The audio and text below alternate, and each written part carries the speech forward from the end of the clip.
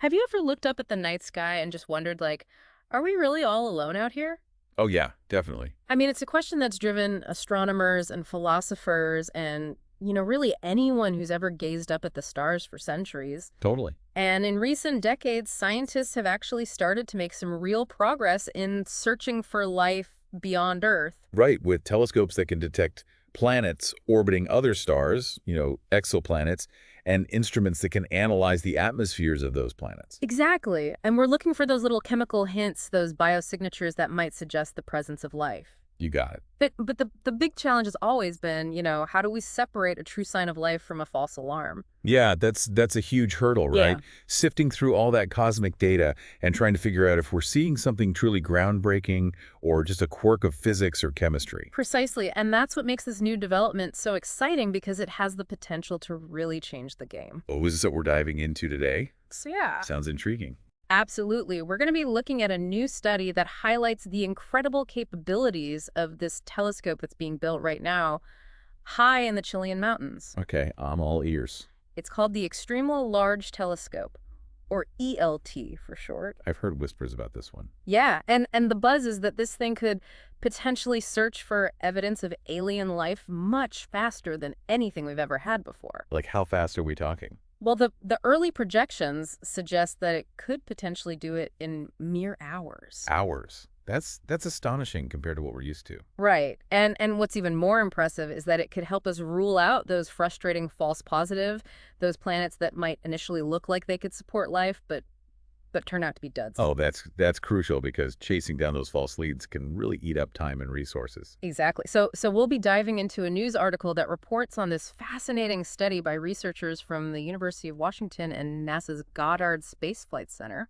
All right, so what's the mission for today's deep dive? What do we want to really understand about this ELT, and why should someone listening care?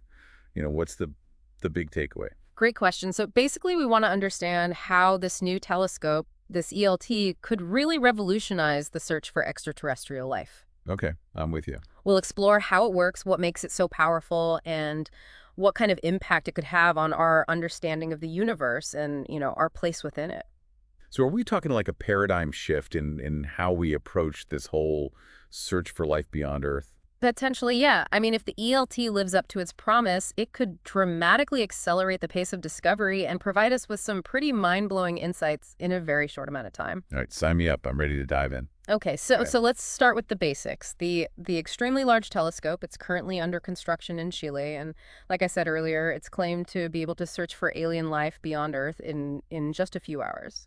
Yeah, you mentioned that, and it just sounds so futuristic, right? Like searching for aliens in a matter of hours. Yeah. I mean, what makes this telescope so radically different from what we have now? Well, the short answer is size. This thing is an absolute behemoth. So size matters in astronomy. It definitely does when it comes to telescopes. The bigger, the better, because a larger telescope can gather more light. Oh, so it's like having a bigger bucket to catch more raindrops. Exactly, and that means we can see fainter objects in greater detail. I see. So the ELT size is what gives it this incredible power to potentially detect signs of life so quickly. Exactly. It's all about the light gathering capability. And the ELT's primary mirror is truly a marvel of engineering. It's nearly 40 meters across. Ooh, oh, hold on, 40 meters. That's like the length of a jumbo jet. Yeah, it's massive. And it's not just one giant mirror. It's actually made up of 798 smaller hexagonal mirrors. Huh.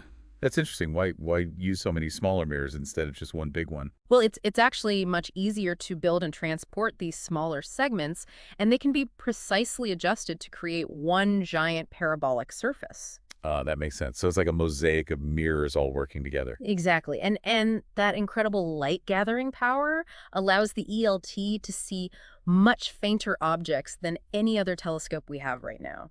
So we're talking about seeing things that are incredibly distant and incredibly dim. Precisely. And that's where things get really exciting because this ability to see faint objects translates directly to our ability to study exoplanets in detail. Right, those planets orbiting other stars. Exactly. And the study we're looking at highlights the ELT's potential to detect what are called biosignatures. Okay, so biosignatures, those are like chemical fingerprints, right?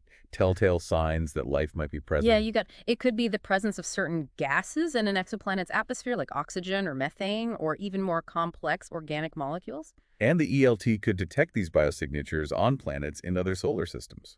It could, and not just any solar system, but the study suggests that the ELT could identify biosignatures on planets orbiting Proxima Centauri. No way. Proxima Centauri, that's the closest star to our sun. That's right. It's about 4.2 light years away, which in cosmic terms is practically next door.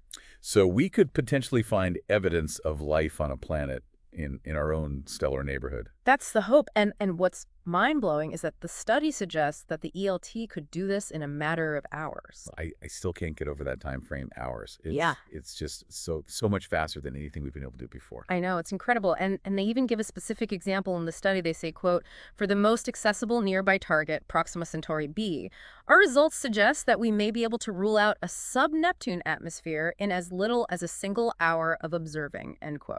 Okay, break that down for me. What's a sub-Neptune atmosphere and why is it important to rule it out? So a sub-Neptune atmosphere is basically a very thick and hazy atmosphere, similar to what we see on Neptune. Oh, okay, so lots of clouds and gases. No. Exactly. And that kind of atmosphere would make it extremely difficult to see down to the surface of the planet or to detect any potential biosignatures that might be present. Oh, I see. So it's like trying to see through a dense fog. Exactly. And that's why ruling out a sub-Neptune atmosphere for a potentially habitable planet like Proxima Centauri b is so important. It allows us to focus our attention on planets where we have a better chance of actually detecting signs of life.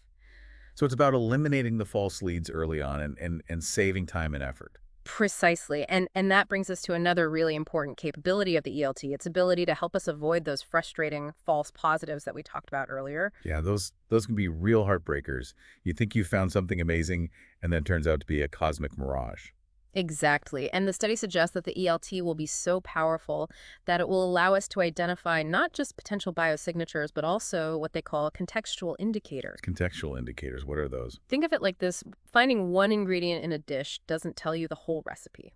Ah, like finding sugar doesn't mean you've got a cake. Exactly. You need to see the full context, a combination of ingredients to understand what you're really dealing with. Okay, I get the analogy. So how does this apply to exoplanets and the ELT? Well, the ELT will be able to analyze the entire recipe of an exoplanet's atmosphere, looking for the full suite of molecules and their relative amounts. Ah, so it's not just about spotting one specific molecule like oxygen, but about seeing it in the context of all the other gases that are present. Exactly, because finding oxygen alone could have non-biological explanations. Right, like maybe it was produced by some geological process or something. Exactly, but finding oxygen in significant amounts alongside methane and perhaps evidence of liquid water, that would be a much stronger indicator of potential biological activity. So it's the combination that really matters, the bigger picture. You got it. And the ELT's ability to gather detailed spectral data will allow us to look for these more complex combinations. Okay, back up a sec. What's spectral data and why is it so important? So basically, when light passes through a gas or reflects off a surface, it interacts with the molecules in that gas or on that surface, and this interaction leaves a unique fingerprint in the light. Interesting. Yeah, and we can analyze this fingerprint, this spectrum of light, to identify exactly which molecules are present. So it's like each molecule has its own unique signature in the light. That's right, and the ELT will have incredibly sensitive instruments called spectrographs that can spread the light out and reveal these subtle fingerprints. Okay, so the ELT captures the light from an exoplanet's atmosphere, feeds it through a spectrograph, and boom, we get a breakdown of all the molecules that are present. That's the gist of it. And this ability to analyze the full spectrum of light is crucial for distinguishing a planet teeming with life from one that just has some interesting but ultimately non-biological chemistry happening. Gotcha. So it's about looking for that whole orchestra of molecules, not just a solo act. You got it. And there's another really cool aspect of the ELT that I want to touch on. It can study both transiting and non-transiting planets. Okay, I'm not familiar with that distinction. Explain it to me. So far, most of the exoplanets we've been able to study in detail are what we call transiting planets. Okay. This means that from our perspective here on Earth, these planets pass directly in front of their host star.